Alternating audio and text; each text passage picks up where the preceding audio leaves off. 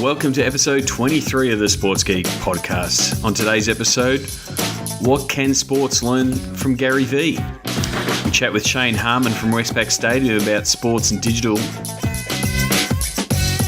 And how did the Warriors get me out of bed at 5 o'clock in the morning? Welcome to the Sports Geek podcast, the podcast built for the sports digital marketer. And now, here's your host, working through rehab because he still fancies himself a dancer, Sean Callanan. Thanks, DJ Joel. My name is Sean Callanan from Sports Geek, and this is another episode of the Sports Geek podcast. Thank you very much for downloading. On today's episode, we're going to have a chat with a good friend of mine, Shane Harmon, who's the CEO of Westpac Stadium, about some of the things he's looking to do in his new role there around activating the stadium in Wellington, New Zealand. And also later, we will look at Warriors Live, a Google Hangout on air where the Golden State Warriors invited fans to watch practice, and there was a bit of a Google Hangout while it happened, and I was lucky enough to be part of it. But first, here's my chat with Shane Harmon, CEO of Westpac Stadium, on ABC Grandstand with Francis Leach.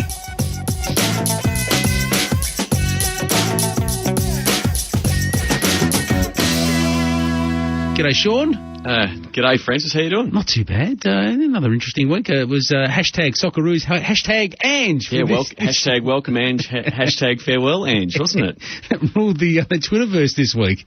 It was, and it was a good appointment by the Socceroos and pretty well received by most football fans. Indeed it was, and last night was a really nice way to send him off. Now, what's been happening this week? You've been touching down with a guy who maybe has a lesson or two for some of our big sports conglomerates on how to stay in touch and be authentic with fans. Yeah, there's I guess he's a social media expert and a wine entrepreneur, Gary Vaynerchuk, who's based out of New York, I think, and at Gary V with a couple of E's in the end on Twitter. He's got over 1 million followers. That's a powerful platform. Yeah, it is a powerful platform. He's not well known for a book called Crush It. So he's a bit of a social media Anthony Robbins, really motivating but telling people how to use social to connect with their audience. He's done it with his wine business, and now he sort of teaches people in that space and is an author in that space. And so he's got a new book coming out called Jab, Jab, Jab, Right Hook, which is a bit of a metaphor for his method using social. And so I knew it was coming out. I keep an eye on what he's doing. But on Twitter the other day, I got a tweet from an account called, it was JJB. Let me get it right. JJJRH Book on Twitter said, I hope you're crushing it in Melbourne, SC. So very specific. It was directed, it wasn't a direct message, but it was a reply effectively straight to me. And so whether they've identified me, used a tool like Clout or just... And can you do that? Can you work out if you've got somebody who's a regular follower who's maybe interacted with you two or three times? You can. So you can do it with influencers or even just targeting people you think might be a good candidate for your product. And so it was a little reaching out. And so I just went, the idea is right. Like, I knew about the book, but I retweeted and said, you've got to give Gary V some credit. He's really reaching and hustling to get that book out. And then, on top of that, I wasn't expecting anything, but then Gary's replied, thanks, Sean, good luck with it. So, and he's replied, with his 1 million followers. So I think, the lesson I take away from that from a sports point of view is to not forget that, Twitter especially is an engagement platform and it is a conversation platform. And that's pretty much how Twitter are pitching it. They're not pitching themselves even as a social network anymore. They're saying they're an engagement conversation platform.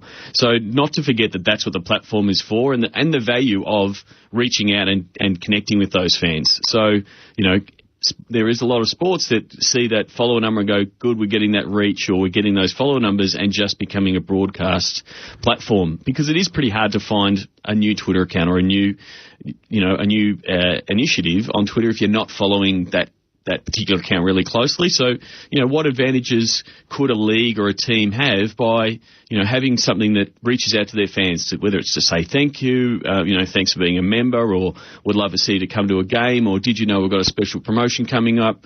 There's a fine balance be becoming straight out spam, I guess. But something tactical, but making sure you're staying in that conversation realm is really important. Indeed, and it can have a lasting impact. That means there's a level of authenticity with the fan, and that's what really has, serious impost on their conviction for your team or whatever brand that you're trying to sell on. And I guess that's something that our next guest can tell us about, because he had to build an entirely new tribe on Twitter for the Rugby World Cup, which up to that point, 2 years ago, didn't really know how to engage social media.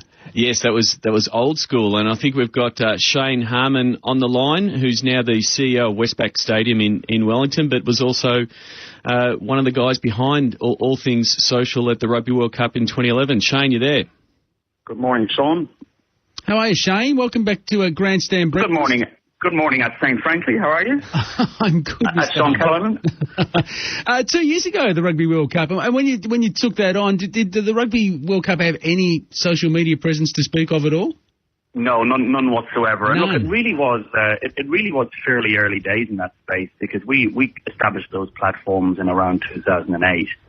So, any teams or leagues around the world, they really were only dipping their toes in the water at that stage. And, sort of taking a similar scenario that Gary Vee with his book there, you were reaching out to fans in a one-on-one basis to inform them of when the game was on, how to get tickets, and really to strengthen those ties with those fans so you could sell those tickets. Yeah, I think, Sean, we built, probably the early for us, Facebook was the most important platform, because it became our most significant marketing tool for international marketing. We didn't have budgets that were going to extend to above-the-line campaigns internationally. So Facebook became critically important for us, and we built up a Facebook page following of around 1.6 million, but 89% of those were outside of New Zealand, which was extraordinary. And Facebook became the number 2 driver of traffic to our ticketing website. So we absolutely used it for business objectives to sell tickets, but also to engage fans as well. We ran multiple promotions. And then Twitter was a bit of a slow burner for us, but then it came into its own, particularly when we were facing issues along the way. And the biggest issue we faced 6 months out from the tournament, of course, was the Christchurch earthquake. And we had to move 8 games out of Christchurch and really refund $26 million of tickets and start again. And we had a large number of fans from international markets who booked flights, accommodation, etc. And in an information vacuum after the earthquake, while people, the first few days, obviously a lot of empathy, but human nature after a few days comes back to, well, how does this impact me? And we absolutely got involved in the conversation where there was misinformation or people needed assistance. While we weren't responsible for airlines and hotels, we got involved there as well and tried to help fans and connect them with the appropriate authorities to help them out. So it became a great medium to help fans, to correct misconceptions and misperceptions, and really just to engage one-on-one. And such a dynamic tool as well, I guess, because things will be changing on the ground all of the time. Absolutely. And I think Twitter's actually left Facebook for dead as a live engagement platform for major events in sports, as far as I'm concerned. And I think in the next Rugby World Cup, I would hope you would see Twitter become a much more vibrant platform than maybe it was even during 2011, because it's really come on leaps and bounds, and it's such an open platform as well. And I think one of the big disadvantages that Facebook has is that so many people have locked down their profiles, whereas Twitter's such an open platform, it really helps in that engagement. Can I just ask you also, Sean was talking about before, the power of, the personal touch. So if you respond directly to an inquiry, how much validity does that give you with the customer in terms of their sense that you actually care about their circumstance? Look, I think maybe a year or 2 years ago, people, were surprised, delighted if you responded to them. I think now it's becoming more of an expectation and the norm. And when people tweet a corporate account or a sports account and there's a question or an issue, they're generally expecting to get a response now. So I don't think it's such a a big deal or excitement anymore for people to actually get a response. It is becoming the norm, and people are using Twitter now as a means of extracting customer service. So it's always nice, I suppose, if you've got a verified account with several 100,000 or 1 million followers, like Sean's example early on of Gary V, and he's just a machine. He's always responded to anything I've ever said to him. But you do still get a bit of a buzz, I suppose, when somebody with that large of a following, does take the time to respond to you. So now in your new role at Westpac Stadium, and how is what you've learned from Rugby World Cup and that expectation of customer service that keeps rising all the time. Yes. What does that mean for your new role, and what are you looking to do with Westpac Stadium? Well, I've been in the job now about 10 weeks, Sean, and the first thing I did on day one was to establish a Twitter account. There wasn't one before, and I've got that up and running and verified, and it's got 600-700 followers there at the moment in a few weeks, which is great. I think what it allows us to do as a venue, because venues, a lot of venues don't have a real strong personality like a team has, and what Twitter allows us to do is to humanize a venue that many people will see as a facility, a building, but the heart and soul of it is going to be the team and the product that's out there on the field. So I think what we're doing is giving our stadium a personality. Stadiums are often soft targets. You'll have plenty of comments on the food and beverage selection, or the performance of security, or the weather. You can get blamed for all kinds of things being a stadium. But opening up on Twitter and responding to these inquiries, I think, is a great way of actually giving the stadium some personality that maybe it previously didn't have. And some connectivity too. I mean, absolutely. Is it important? Because, as you know from your Australian sporting experience, one of the big stadiums here, it's very hard to actually share your experience because the Wi-Fi platform just won't allow the traffic. Yeah, and we're investigating that at the moment, and I see there's been a couple of stadiums now in Australia that's taken that leap in the SCG and ANZ Stadium, and I think it'll be a domino effect. I think in 10 years' time, free Wi-Fi is going to have the same expectation amongst fans as tap water. Free Wi-Fi in Australia, we're still not paying $27 an hour in your local hotel when you check in. There is an expectation at SEAT this year. The expectation is that Wi-Fi and access to Wi-Fi will be as expected as bathrooms in stadiums in the future. Yeah. I mean, and I agree with you what you were saying about the stadium point of view from a social. It lets you tell both the stadium story and tell the story behind the people behind it, but then also allows you to tell the fan story as well. Good on you, Shane. Absolutely. Good to talk All to right. you. Enjoy your Saturday there in beautiful Wellington. Thanks very much. Shane Harmon is the CEO of the Westpac Stadium, the Cake Tin in Wellington, and formerly in charge of the social media and the publicity for the Rugby World Cup there. So give it a follow at Westpac Stadium. Of course, it hosts AFL now. The Saints are playing there. Rugby, most importantly, cricket, and also the A-League, the Wellington Phoenix, who've started their campaign in fairly good nick as well. Sean, thanks for coming in. Remind people where they can find you in the digital universe. SportsGeekHQ.com, or look up SportsGeek in iTunes. Sign up for Sports Geek News at sportsgeekhq.com/sign up now. Thanks again to Shane Harmon for joining me on ABC Grandstand.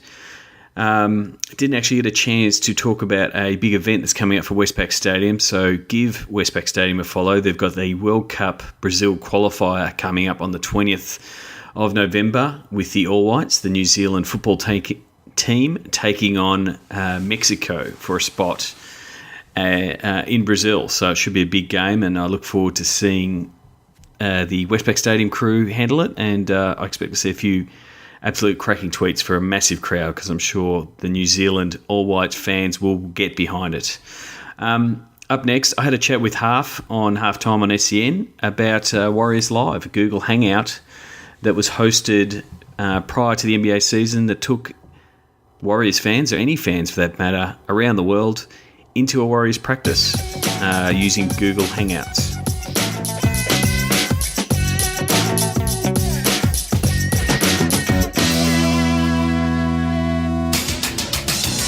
Sean Carolan, our sports digital media guru for SportsGeekHQ.com. He's back again on the Wednesday afternoon. G'day, Sean. G'day, Huff. How you doing? Going very well, mate. Very well indeed. Opening night of the NBA season. I'm sure you're very excited.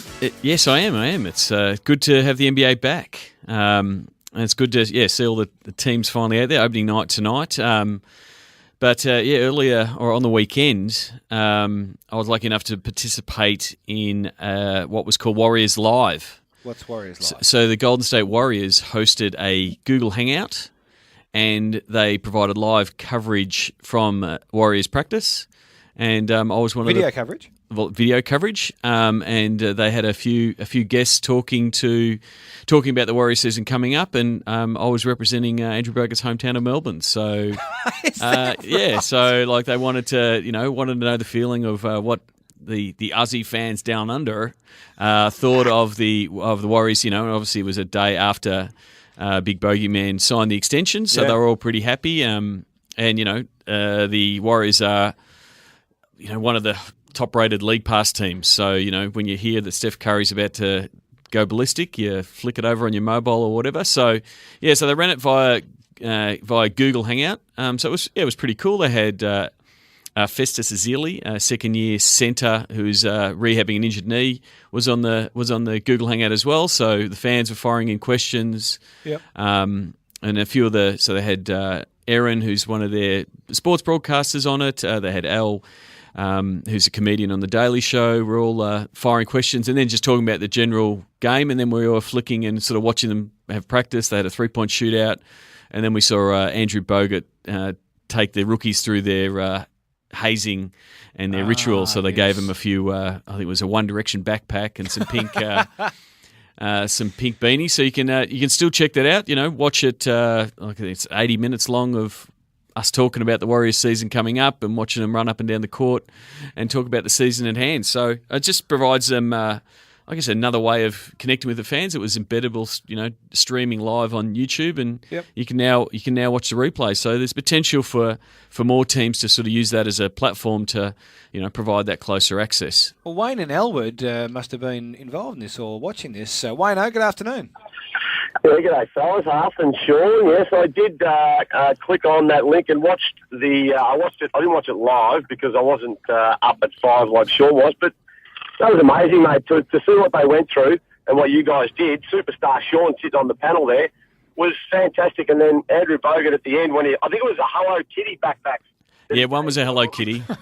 It was something that just streets ahead of everybody else, and for fans to be able to click in and watch that was amazing. It was really good. And the thing is, it was effectively, when it was live, if you were watching it live, you could pick and say, I don't want to see the talking heads. I just want to watch the vision of the practice. So you could you select the view, and you could say, I want to watch the vision of them doing 3-man weaves and running post drills and stuff like that.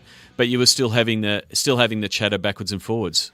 Right, and so they're the only ones doing this, the Warriors? Oh, so there's a few doing it, but it was the first one to sort of do it live at a practice and sort of have, they had their voiceover, they had their their TV guy sort of hosting it. We were talking to Mark Jackson while he was out on the court, asking them about how practice was going and stuff like that. So, they're really looking forward to the season at hand, and so I pushed the case for the Warriors to make a sojourn down to Australia. I said we're ready for an NBA game, so hopefully we can get them down here. They were in China earlier this year as part of the promotion in Australia. Andrew Bogut's out there pushing that barrier to say, hey, we've got to have an NBA game down in Australia. Yeah, well, I heard the NBA respond to calls for that, and they say that certainly they're looking into that market.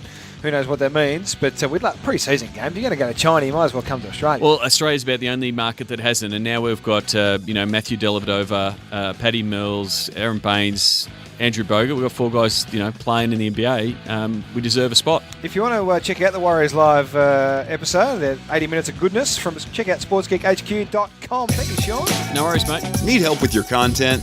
Book in for a content brainstorming session with Sports Geek now. Go to sportsgeekhq.com/work. So I want to say thank you to the Warriors team. So Kev Akers, who have known for a seat for the last couple of years, and Kevin Cote. Thanks for inviting me, and Kenny Lau from the Golden State Warriors. Thanks to the guys from Google who helped get it all set up. So I'm hoping to catch up with Greg Wright who helped set it up for Google. I think the product itself, the Google Hangouts on Air, the fact that you can start streaming it and embed it on a site, which is what the Warriors did, I think it's a really effective YouTube product. I'm not sure if it's still going to get activated on Google+.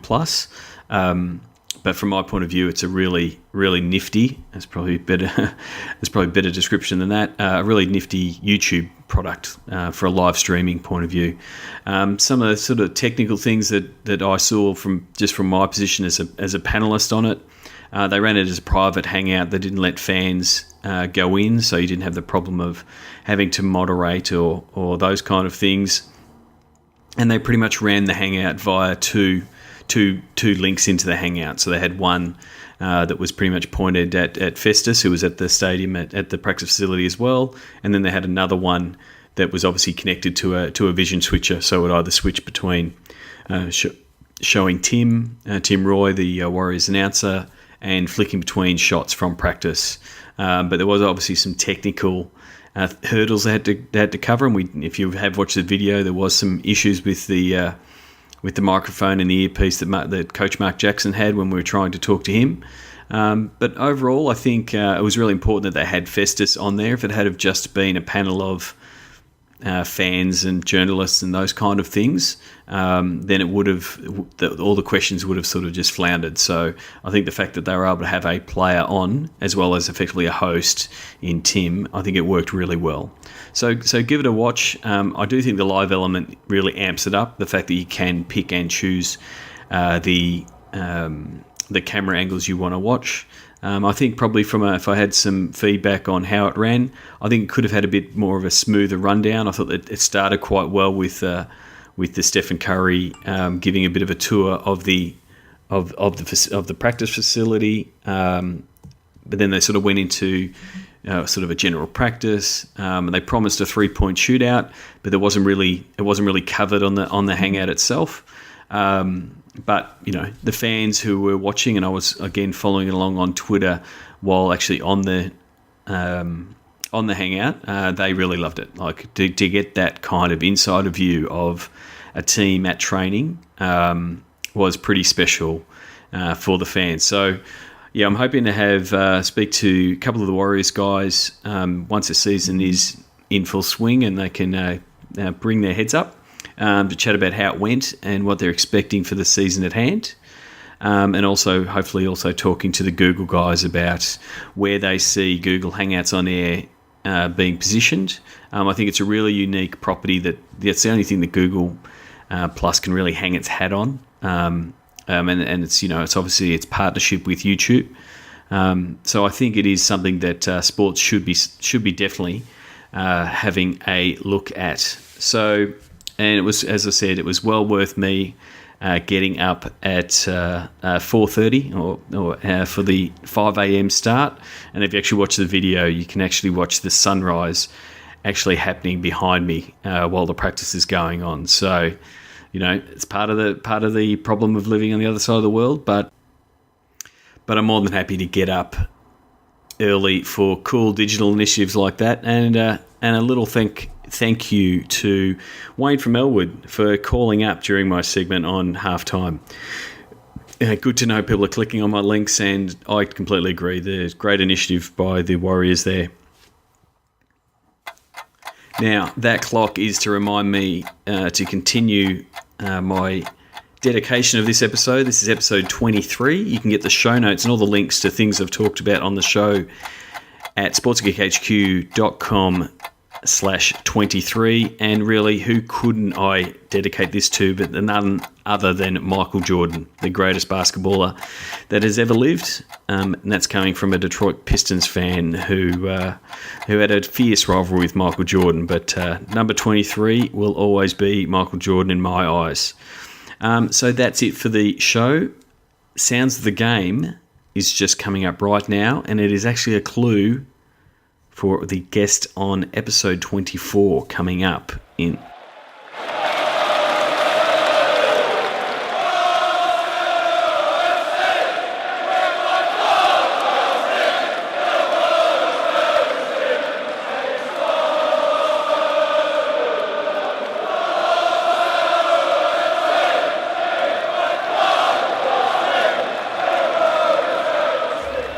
So if you're not familiar with English football, that crowd noise and that sounds of the game was from Arsenal. Arsenal Football Club in the EPL over in the UK, and I'm very lucky to have Richard Clark, content editor at the Arsenal Media Group, will be actually on the next podcast. Looking forward to that, so tune in. If you haven't subscribed, please do so. Please tell your friends about the Sports Geek podcast, and if you could leave a review, that would be great. We are now starting to upload them all onto SoundCloud, and we are on Player FM. Speak to you soon. Cheers. Please leave a review on iTunes. Go to sportsgeekhq.com/iTunes. Find all Sports Geek podcasts at sportsgeekhq.com/SGP. Check out which teams work with Sports Geek at sportsgeekhq.com/clients. Thanks for listening to the Sports Geek Podcast.